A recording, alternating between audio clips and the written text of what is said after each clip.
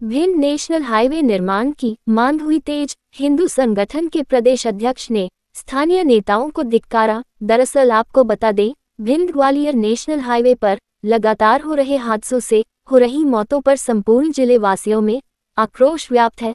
अब तो जिले वासियों ने भिंड ग्वालियर नेशनल हाईवे को मौत का हाईवे कहना शुरू कर दिया है। शीघ्र हाईवे निर्माण की मांग करते हुए राष्ट्रीय हिंदू शक्ति संगठन के युवा प्रदेश अध्यक्ष शुभम पचौरी ने भिंड जिले के राजनेताओं को धिक्कारा है। साथ ही चेतावनी देते हुए कहा है कि ग्वालियर भिंड हाईवे पर हादसों में भिंड के कई लोग जान गंवा चुके हैं, लेकिन फिर भी भिंड के राजनेता आंखों पर पट्टी बांधे हुए देख रहे हैं। उन्होंने राजनेताओं को चेतावनी देते हुए कहा, अगर 30 मार्च तक हाईवे का कार्य प्रारंभ नहीं हुआ तो उग्र आंदोलन होगा। साथ ही उन्होंने एक कविता के माध्यम से भिंड के युवाओं को जागने का प्रयास किया है। कविता के माध्यम से संदेश देते हुए कहा है कि उठो भिंड के शेरों, जंग छिड़ गई हमारे पुरखों के बलिदानों की। भिंड की माटी लज्जित ना हो खुद की ही संतानों पर, आज बता दो कितना दम है। भिंड जिले के शेरों में द्वार खड़ी शत्रु की फौज, आज तुम्हें ललकार रही। आज बता दो इन नेताओं को भी कितना दम है भिंड जिले के शेरों में।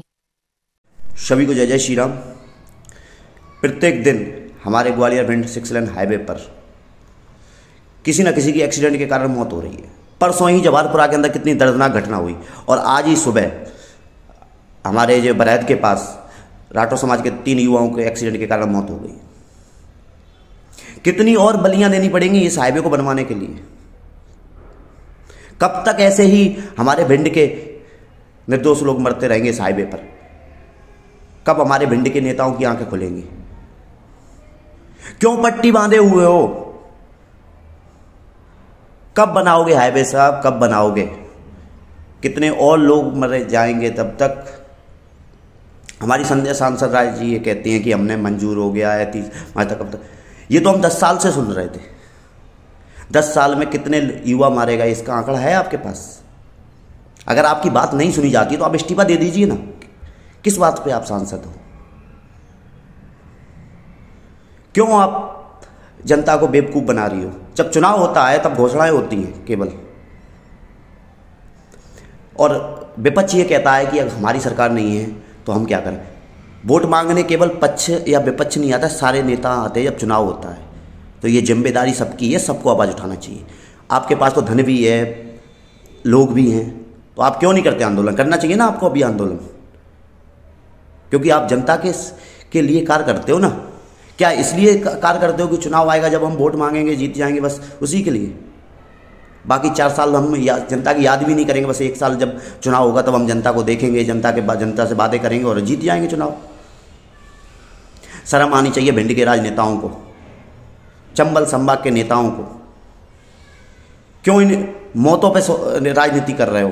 क्यों फोटो खिंचा के डालते हो कि मुख्यमंत्री जी ने 4 लाख की घोषणा कर दी है? कि 4 लाख से क्या होता है? 4 लाख से किसी की जान वापस आ जाती है? उसके जीवन भर का 4 लाख से जीवन कट जाएगा उसके परिवार का, जो अकेला व्यक्ति हो कमाने वाला। शर्म करो, शर्म। क्यों इन मौतों पे बोलियां लगा रहे हो?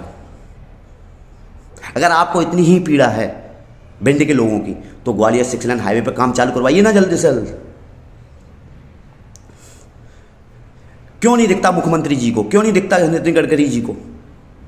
पूरे भारत के अंदर ऐसी ऐसी रोडें बनाई हैं, ऐसे ऐसे हाईवे बने हैं, फिर इस भिंड के साथ ही दुर्व्यवहार क्यों किया जा रहा है?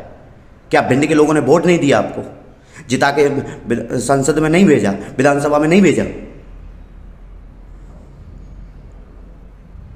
कब तक और मरते रहेंगे लोग, और कब तक आप आंखें बांधे देखें? शर्म करो, शर्म।